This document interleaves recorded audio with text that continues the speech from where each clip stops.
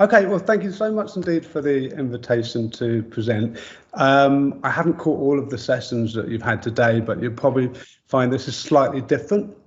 So as an introduction, so I'm a deaf man, so I've been deaf since birth. I'm in my late 40s. I won't give away exactly how old I am. I'm wearing black and red glasses, and I've got brown hair, what's left of it, so there's not much on top, but I'm trying to hold on to it for as long as I can. So I'm not going to do some slides, I'm just going to have a chat with you, a presentation. And I mentioned that I'm deaf, and that is the purpose of this presentation. And what I'm hoping is that I'm going to cover a couple of things. I'm going to talk about the challenges of being deaf. I'm going to talk a little bit about my deaf awareness campaign, and then there's actually a lip reading exercise, which I hope you're all going to join into. But do you know what? The most important thing that you're going to learn in this 15, 20 minutes, well, it's actually that you're going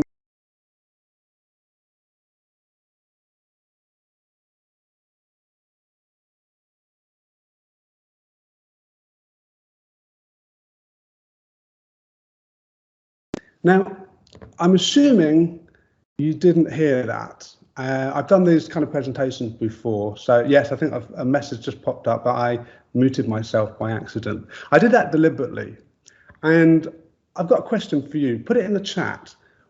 How did it make you feel when I said that the most important thing you're going to learn is this, and then you heard no sound? So in the chat, what was the one word? Or panic? Thank you, Katie. Anyone else got anything? Scared, disconnected, that's a really good one. Disconnected, isolated, excluded, disappointed. So welcome to my world of being deaf. So that's exactly how you feel. You always feel like you're not getting the whole conversation. You feel like you're just on the outside. It's like being invited to a party, but not being able to. You're looking in through the window and not actually being able to get in. That's what it's like. Fear of missing out, absolutely. So I'm not so old that I don't know what FOMO means, but that's exactly how it feels to be deaf. So I'm not going to do any other tricks. We have got an exercise at the end, which I hope that involved me going on mute, but we're not going to do that just yet. So I'm going to talk a little bit more about myself and the challenge. So what are the challenges of being deaf? Well, deafness is a hidden disability to start with. So, you know, if I hadn't told you that I was deaf, you wouldn't have known, because my speech personally, I'm not profoundly deaf. I have a severe hearing impairment. It's difficult to explain, but it's about 80% hearing loss. But you wouldn't necessarily know that that was the case. If I then showed you my hearing aids, because often when I do these presentations, I want to make sure that you don't think I'm a fraud. I am deaf, and I wear hearing aids. I've worn them since I was born. In fact, one of them has got, my dog has chewed it, but it still works, thankfully. So the fact that it's a hidden disability, people don't realise. And one of the things I say a lot in my household is I can't lip read around corners. People are always shouting from other rooms, they're calling me from other places, and I have to be watching that person, I have to lip read that person in order to hear really what they're saying. So how do I engage with people, or how do I hear what people are saying? Well, there's a term I've come up with. You'll remember when you're children, when you were children, you played this game called Hangman, where you used to come up with a phrase, and you've got you draw the hangman. You're trying to come up with the missing letters before you draw the hangman. You probably remember that. Well, what somebody who is deaf does all day, every day, and it's exhausting, is play mental hangman. And I'll give you an example. So I might start talking to you, and all of a sudden I hear something, dog, or is it something sat on the something? That's a good example. Something sat on the something. Now, I don't know whether it's the word the and something not very important, or whether it's a noun, or it's a person, or it's a key bit of information. I just know that I've missed 2 bits of information. The next sentence will help me, I hope, to understand what the gaps are. Next sentence, something, something, something, dog. Ah, did something sit on the dog, or did the dog sit on something? Third sentence, something, something, car. Okay, maybe the dog sat on the car. I have to keep doing this. So I've now I think I've nailed the first sentence. Second sentence has still got gaps in it. Third sentence has still got gaps in it.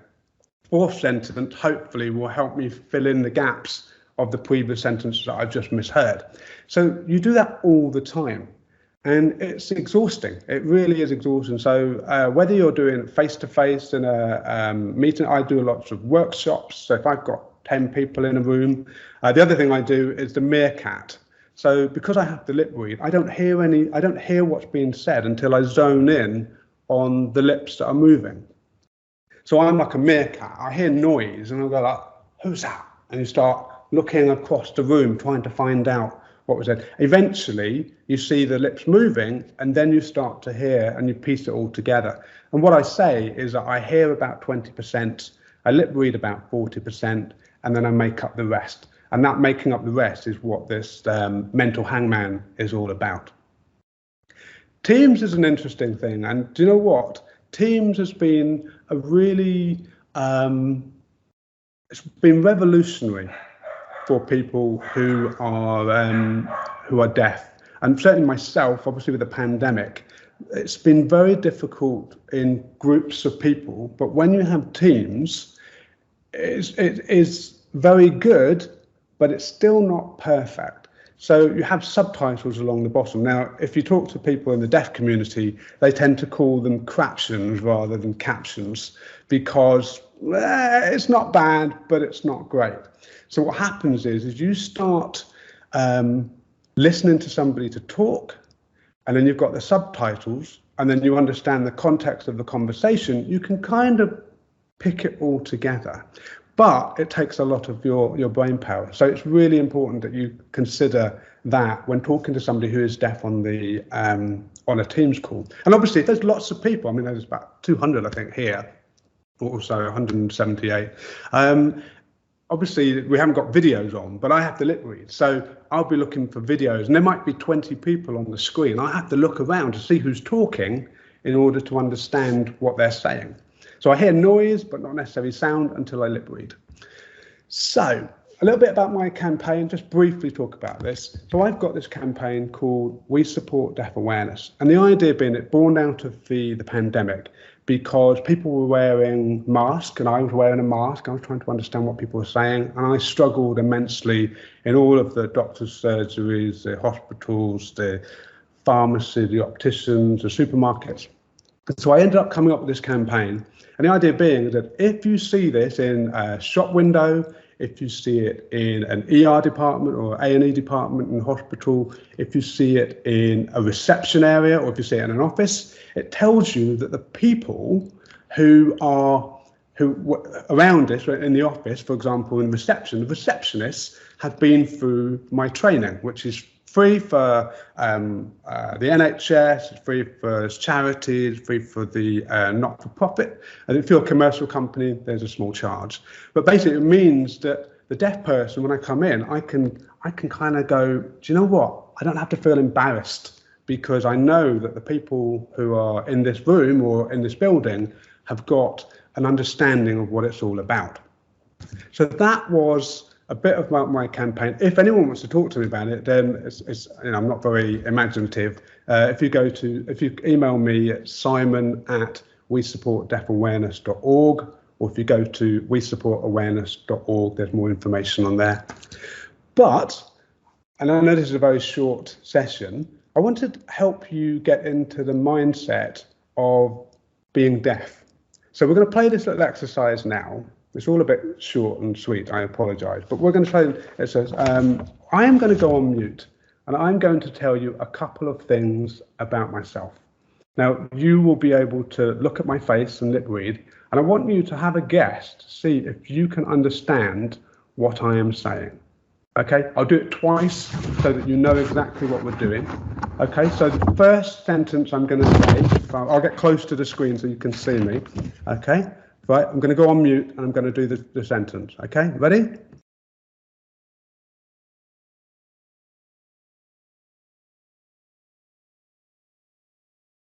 Okay, so I'm going to do that one again.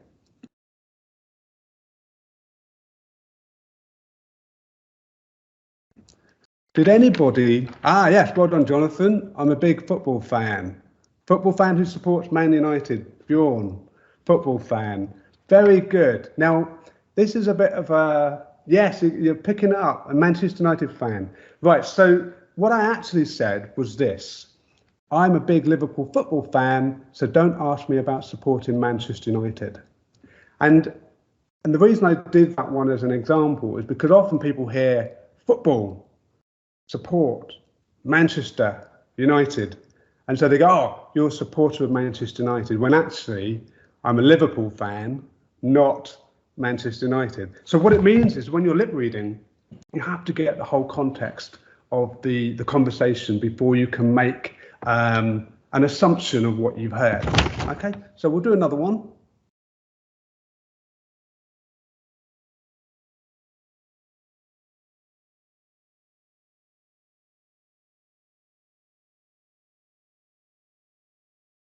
Okay, so I'll do that one again.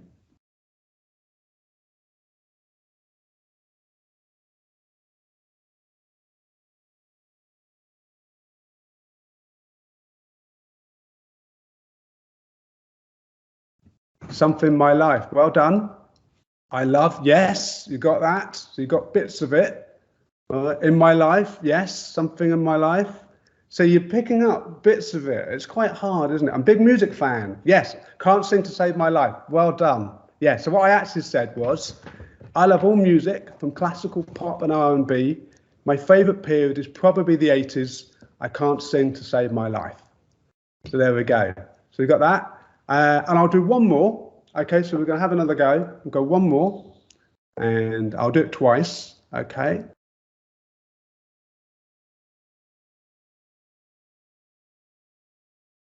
Okay, so I'll do that one more time.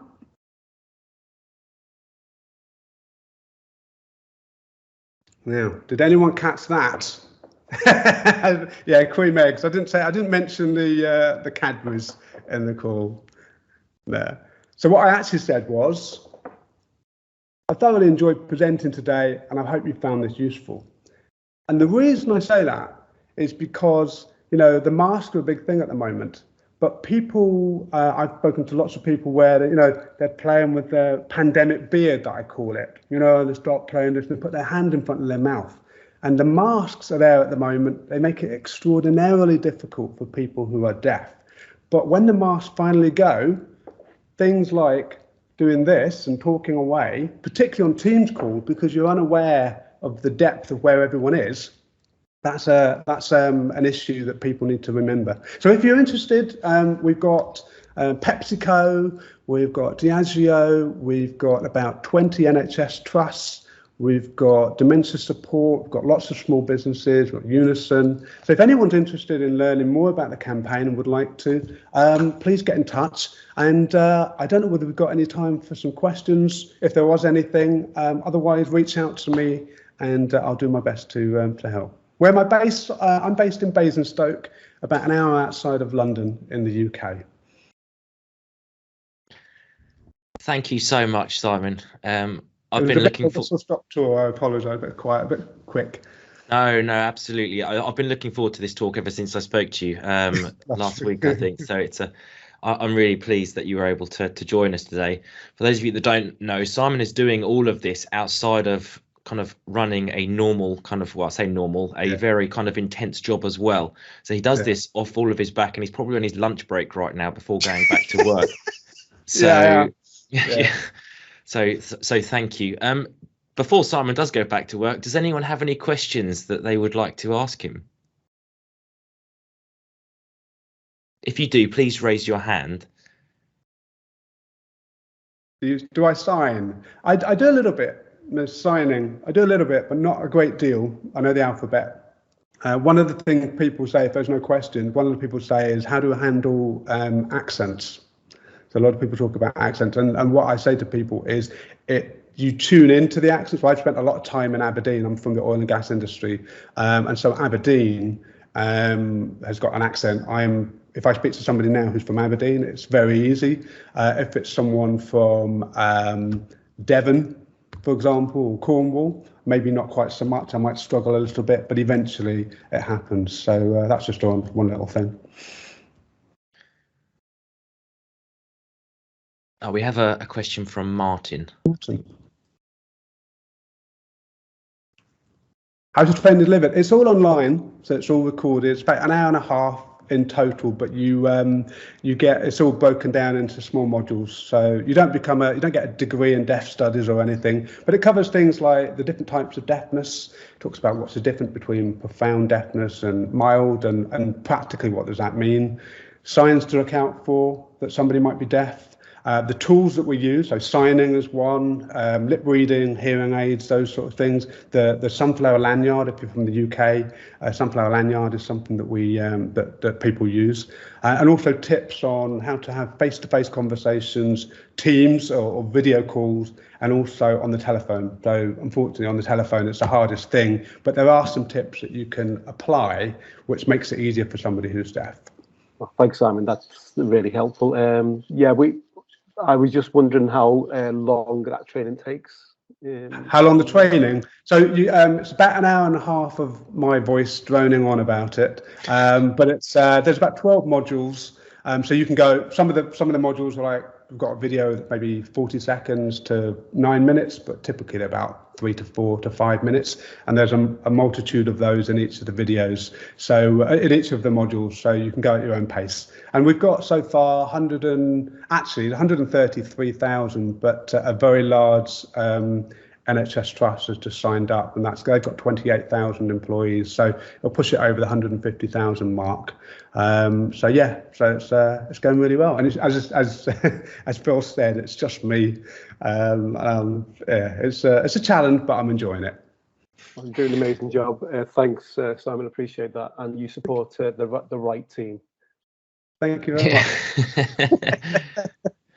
Okay, we've probably got time for one more question, and Peter Robertson has put a really great question in the chat, and he said, Simon, I'd love your thoughts on how we can make simple guides for lecturers to improve how they deliver talks, so that the audio is better and clearer. It might not be something you can fit into kind of a couple of minutes, but it's if you had any tips. Is that audio as in on Teams, or audio as in a lecture theatre? I guess that's one question I've got for you. Peter, I've just unmuted or allowed you to unmute your mic. Lecture theatre. I think Peter said lecture theatre. Yeah, so a couple of things. And what I can do, actually, I could share with Phil. I created this guide, 7 easy steps to be more deaf aware. The key things is to look at the person. So first of all, I have to lip read. So looking at somebody. Oh, that's it. That's the one. 7 easy ways to be deaf aware.pdf. So look at them. So when you're talking, if you turn your back and you write on the board, well, that's showing my age, but in my days it was writing on the board. If you're going to turn away, tell people what you're going to do first. So for example, right, I'm just going to put the exercise on the board, and then I'll carry on what we're going to do afterwards. So then you stop talking, you turn, you write on the board, then you come back. So as a deaf person, I'm not thinking, am I missing something while they're still talking, while he's writing on the board? So that would be one thing. Try and keep your hands away from your mouth. So if you've got a mug, for example, or if you've got a beard that you're loving, the pandemic beard over the last 18 months, which is probably down to your knees by now, things like that. And I think it's just and actually, the other thing is actually say, ask them. So how better can I communicate with you? Would empower the individual. If you know somebody in deaf in your lecture theatre, and they might say, well, could you just look at me while you're talking, or could I have a transcript, or could I use an app that we could use, etc., etc. I actually had a note taker who sat next to me. I've got a master's degree in sports psychology and technology management, 2 separate ones, and I had a note taker to sit with me from my undergraduate degree all the way through, and they just wrote everything down. That was brilliant, because then I could just sit there and lip read in a lecture theatre of about 120 people. Thanks for that, Simon. It's a genuine question. We do a massive student survey Right. An audio quality of the speakers in lectures is the #1 thing that we get feedback on.